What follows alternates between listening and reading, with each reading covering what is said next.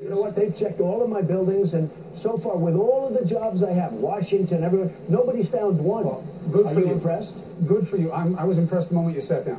What I'm saying is, you have these employers, the agro companies, the other big manufacturers. They take them in because it's cheap labor, and they get away with it all the time. You never hear about a big case of them getting busted unless you know something happens and it goes away. Why doesn't anybody mention that as part of the solution? First of all, we do have people that could do those jobs, and they're unemployed now in this country. Second of all, those good people that have been working with you, I want them to come back in. I want them to go out, but I want them to come back in legally, so they can come back and they can work for those companies. I do want them to come back in. Do you go after the employers and doing it the wrong way? One way you find out who they are is through the employers, absolutely. All right, so let me ask you about the Pope. The Pope's coming. Do you want to meet him? Well, I'm Protestant, but I have great respect for the Pope. I like the Pope. I actually like him. He's becoming very political. There's no question about it.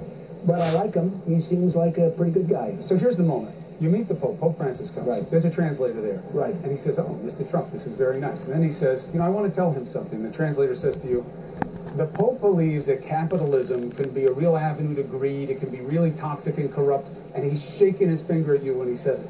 What do you say in response to the Pope? I'd say ISIS wants to get you. ISIS wants to go in and take over the Vatican.